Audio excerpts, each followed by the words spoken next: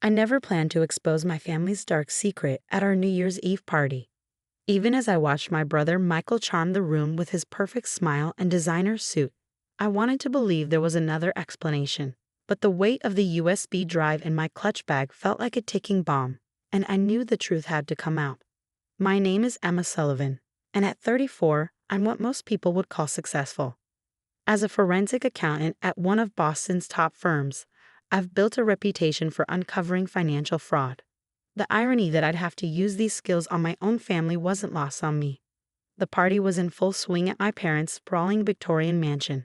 Crystal champagne flutes clinked, expensive perfume mingled with the scent of catered hors d'oeuvres, and Boston's elite circulated through rooms decorated with tasteful holiday elegance.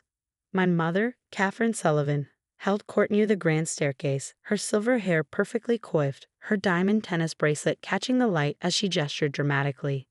"Emma, darling," she called out when she spotted me. "Come here. Mrs. Richardson was just asking about you."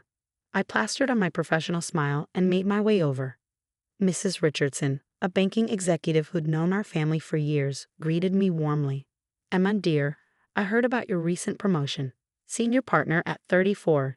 Your parents must be so proud." "Of course we are," my mother interjected before I could respond. "Though it's such demanding work. I keep telling her she needs to make time for a personal life.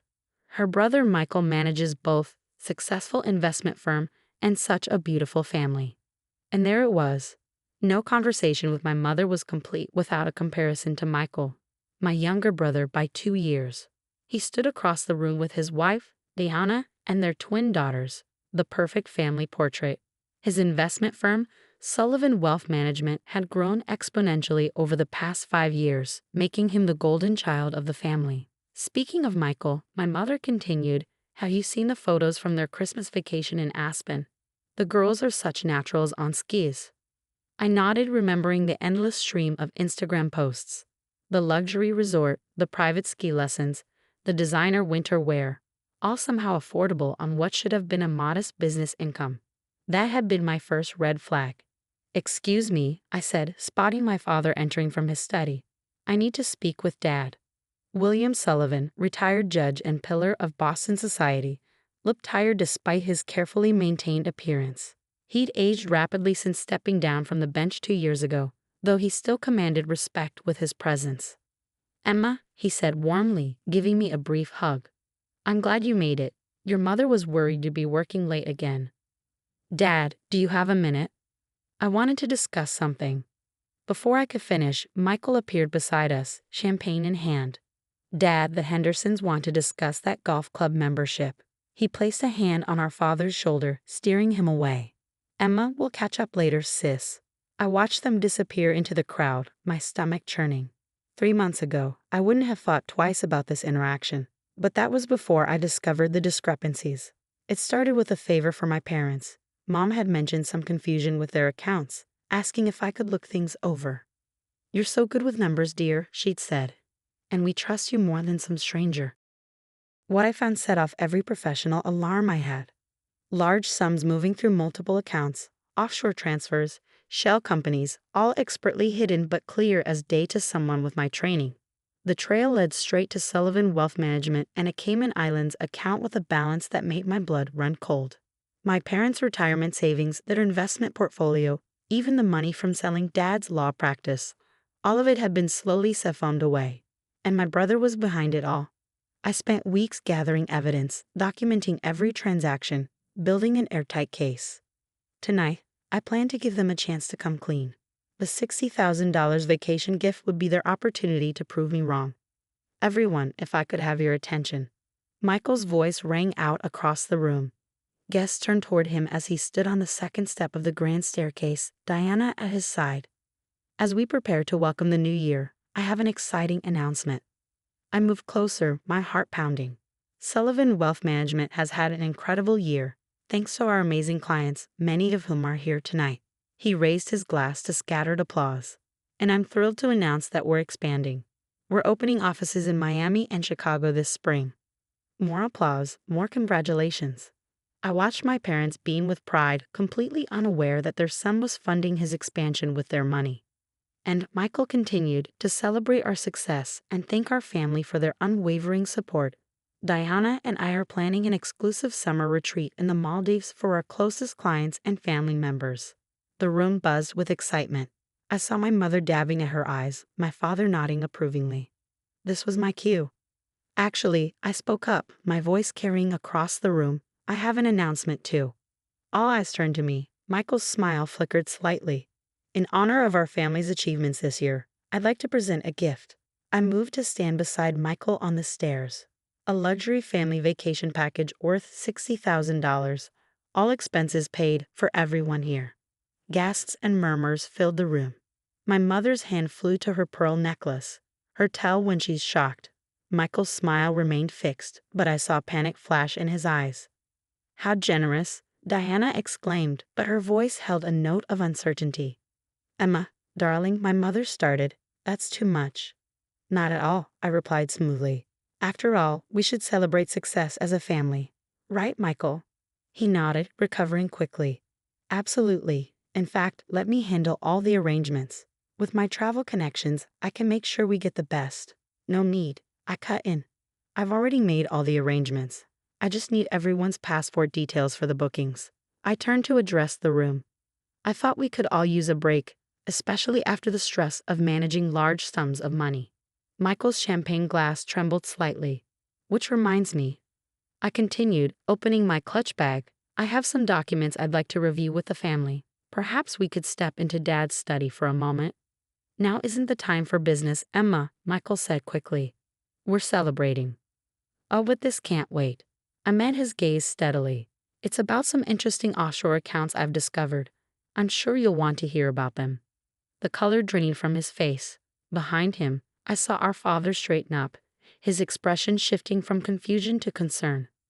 Emma, my mother hissed, you're making a scene. No, mother, I replied calmly. I'm preventing one. Dad, Michael, shall we? The party continued around us, but I could feel the tension crackling in our little bubble. Michael glanced at Diana, who was clutching her champagne glass like a lifeline. Our father moved toward his study without a word, his shoulders rigid. As I followed them, I caught a glimpse of my reflection in one of the hallway mirrors.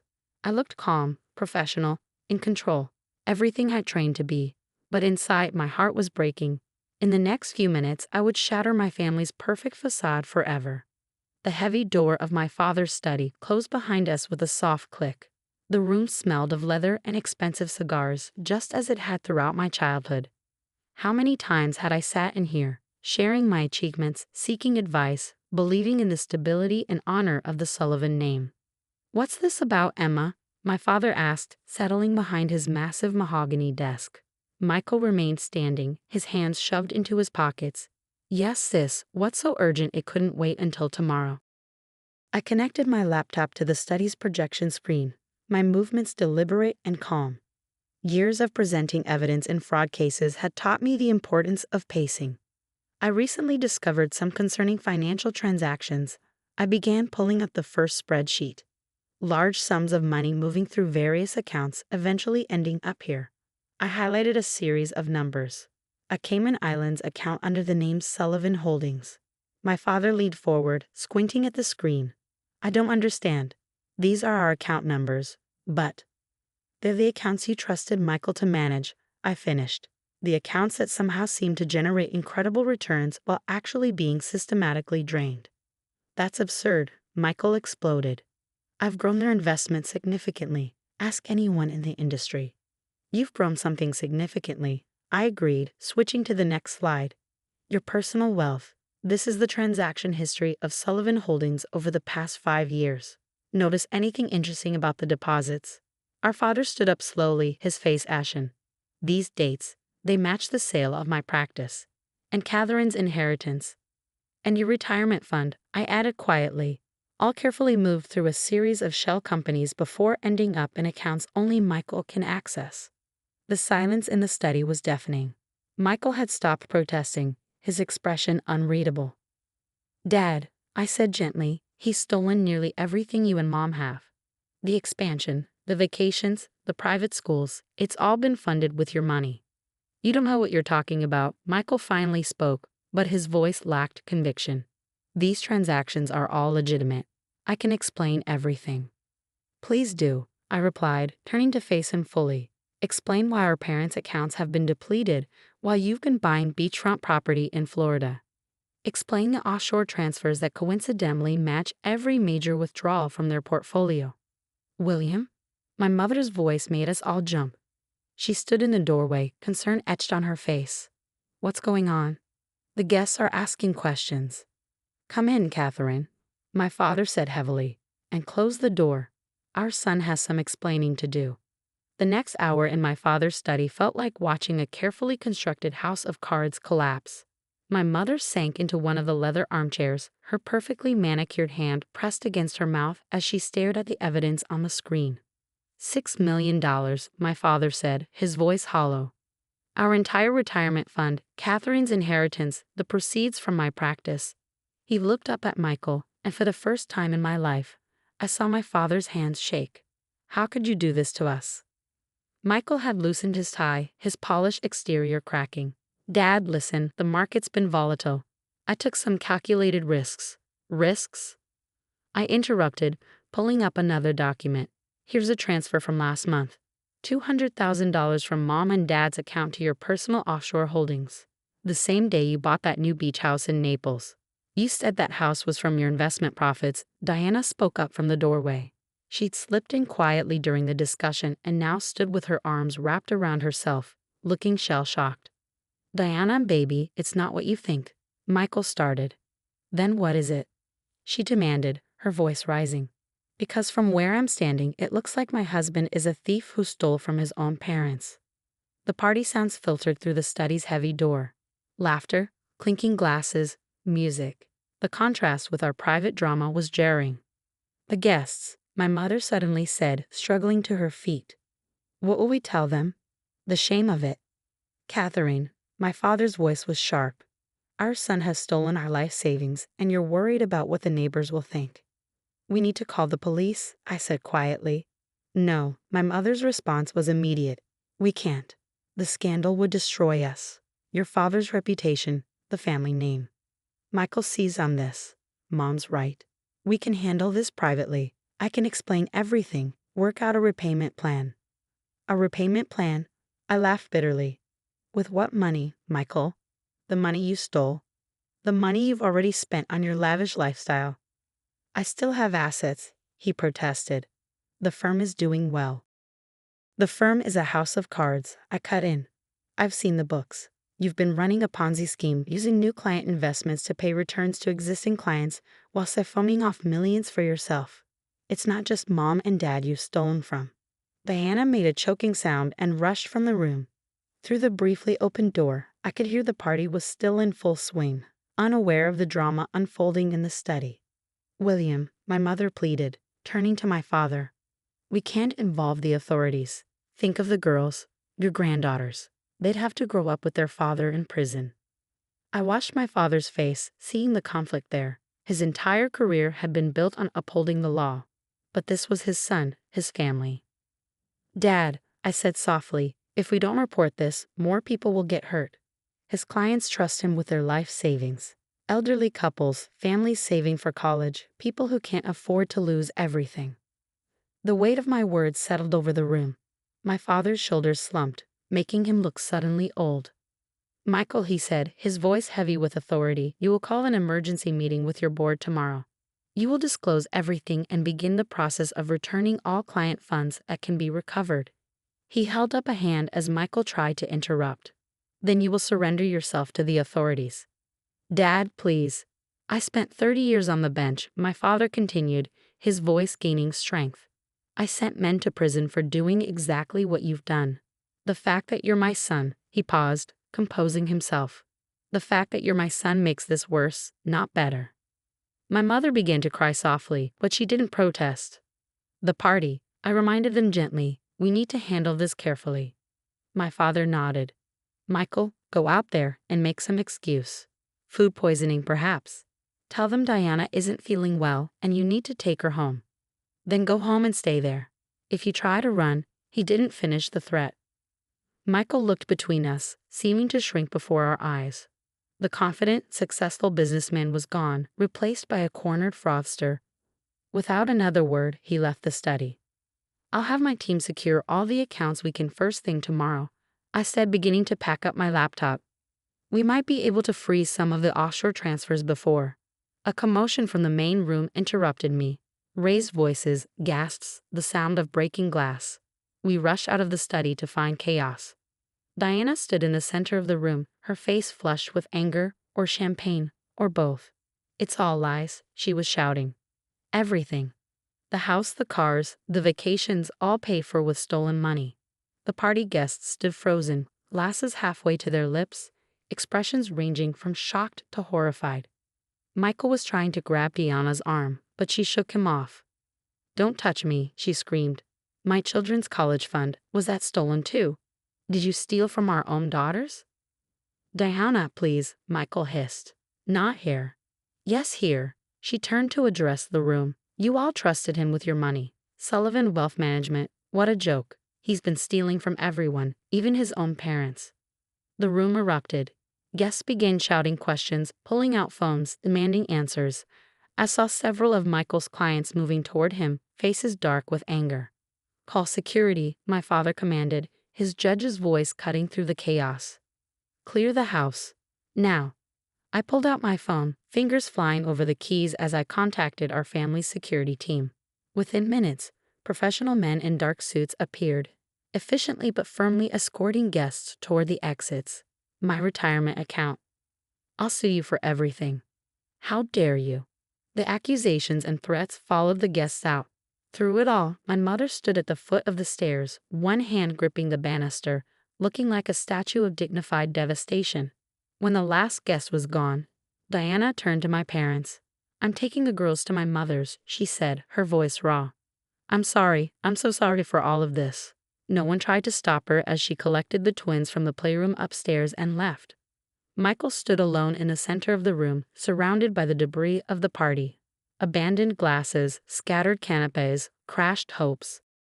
"I have a team of forensic accountants on standby," I said into the silence. "We'll start working tonight to freeze accounts and trace the money." "But Michael," I turned to my brother, "if you have any hope of leniency, you need to cooperate fully. Where's the rest of the money?" He laughed, a hollow sound. "You think I'm just going to give everything up? Turn myself in? Spend years in prison while you play the hero?" "It's over, Michael," my father said. "You've lost everything anyway. Don't make it worse." "Lost everything?" Michael's eyes had a dangerous glint. "We'll see about that." Before anyone could react, he turned and ran for the door. I heard a car engine roar to life, tires squealing on the driveway. "Call the police," my father ordered, already pulling out his own phone. "Now." But somehow, I knew it was too late. Michael had planned for this possibility. Of course he had. He was too smart not to have an escape route ready. As I made the call, watching my parents cling to each other in their ruined party room, I knew this was only the beginning. The next 48 hours passed in a blur of police statements, phone calls, and damage control. My brother's face was splashed across every local news channel. Prominent Boston financial advisor accused of multi-million-dollar fraud. The story spread like wildfire through social media, with former clients and colleagues sharing their shock and outrage. I'd set up a command center in my father's study, working around the clock with my team of forensic accountants. The numbers were worse than I'd initially thought. Beyond our family's losses, Michael had defrauded clients of over $20 million. "We've frozen what we can," I explained to my parents over coffee on the morning after New Year's. They looked exhausted, aged years in just days. "But a lot of the money is already gone, spent on real estate, luxury items, or moved through accounts we can't trace." "The house in Naples," my father said quietly, "the Aspen property, can we seize those?" "Already in process," but Michael knew what he was doing. Most of the properties are held in complex corporate structures or under different names. It'll take time to unravel everything.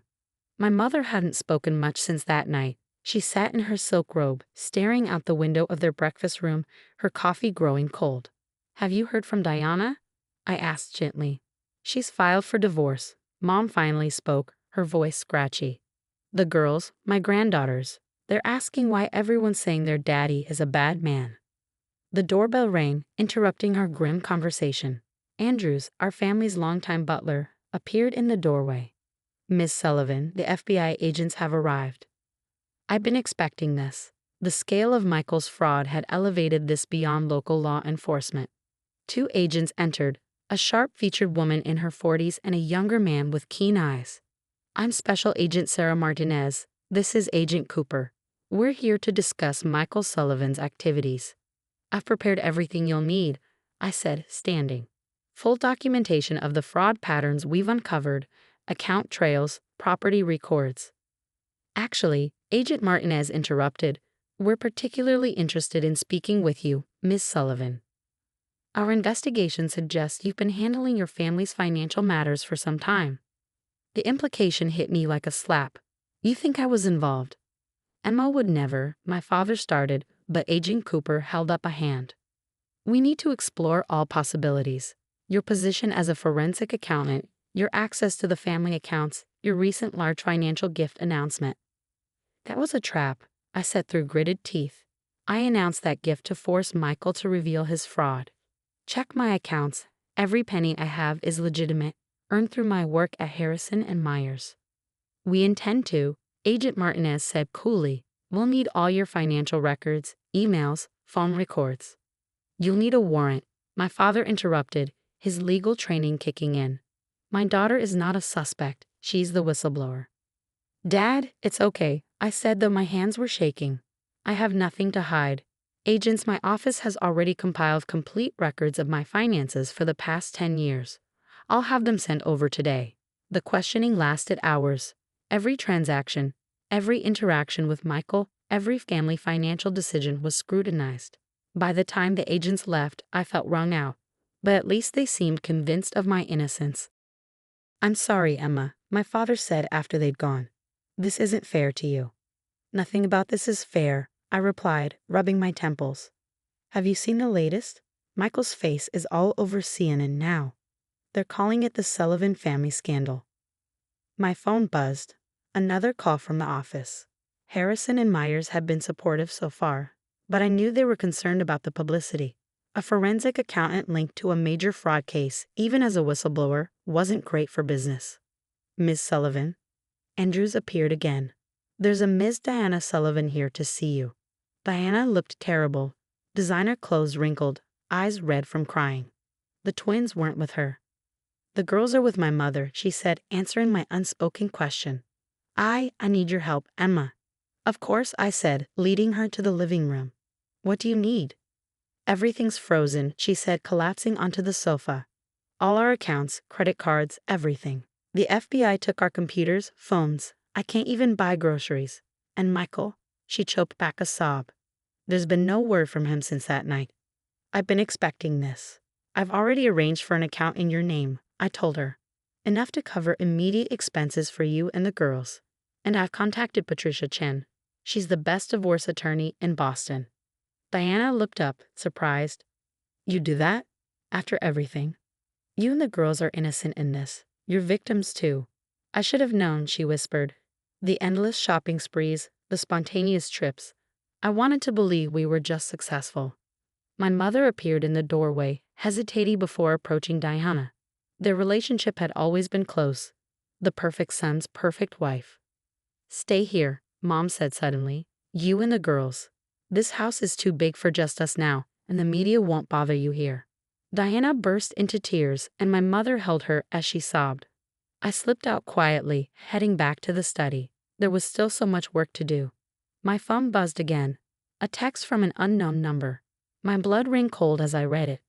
"Dear sis, you always were too smart for your own good. But did you really think I wouldn't have a backup plan? Hope you're ready for what comes next. M."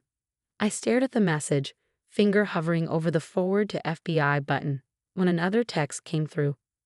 "P.S. Remember that joint venture we discussed last year?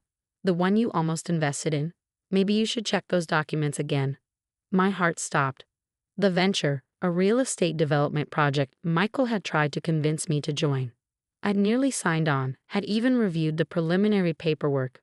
I rushed to my laptop, pulling up the scanned documents. There, on page 47 of the partnership agreement, was my electronic signature. but I had never signed it. My brother hadn't just stolen from our family, he forged my signature, making me an unwitting partner in his fraud. And now, he was going to make sure everyone knew it.